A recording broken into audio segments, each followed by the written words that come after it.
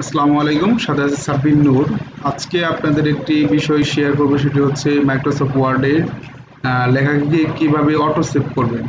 অনেক সময় আমরা মাইক্রোসফট ওয়ার্ডে লেখা লিখলে সেটা হচ্ছে আমাদের কারেন্ট চলে গেলে বা হচ্ছে পিসি অনাকাঙ্ক্ষিতভাবে অফ হয়ে গেলে আমাদের হচ্ছে লেখাগুলো চলে যায়।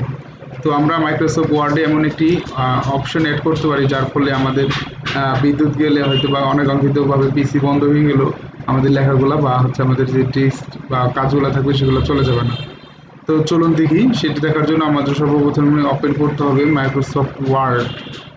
যেহেতু মাইক্রোসফট ওয়ার্ডে আমরা অটো সেভটি অ্যাড করব, মাইক্রোসফট ওয়ার্ড। তো আমি 16 ভার্সন ইউজ করছি, এই জন্য ওপেন করছি। আপনারা যদি অন্যান্য ভার্সন ইউজ করেন সেটা করবেন, কোনো সমস্যা নেই।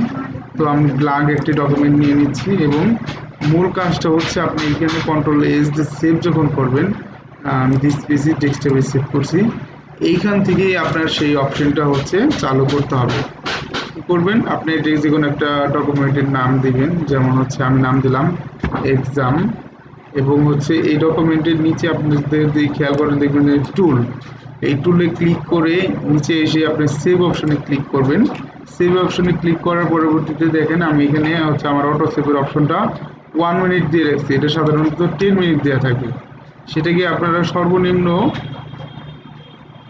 করে নেবেন। সর্বনিম্ন আমরা 1 মিনিট দিতে পারি, এর জন্য 1 মিনিট দিলাম। অর্থাৎ কি হবে, এই ডকুমেন্টটা 1 মিনিট পর পর সেভ হয়ে যাবে অটোমেটিকলি। তো সেই ক্ষেত্রে আপনার যে কাজগুলো থাকবে সেইগুলা আপনার হচ্ছে একটি সেভ থাকবে। 1 মিনিটের ভিতরে 1 মিনিট পর পরে আপনার অটোমেটিক যেহেতু সেভ নেবে, তাহলে আমাদের ডকুমেন্টটা সেভ থাকবে। এখানে 1 করে দিব জাস্ট, এরপরে অটো দিয়ে ক্লিক করে ফাইলটাকে আমরা সেভ করে দিব। এখন যখন আমরা এই ফাইলের মধ্যে লিখব, তখন হচ্ছে 1 মিনিট পর পর অটোমেটিকলি সে সেভ নিয়ে নেবে। তো আশা করি বিষয়টা বুঝতে পারছেন। যদি এই টিউটোরিয়ালটি ভালো লেগে থাকে অবশ্যই আমাদের চ্যানেলে সাবস্ক্রাইব করবেন। ধন্যবাদ সবাই।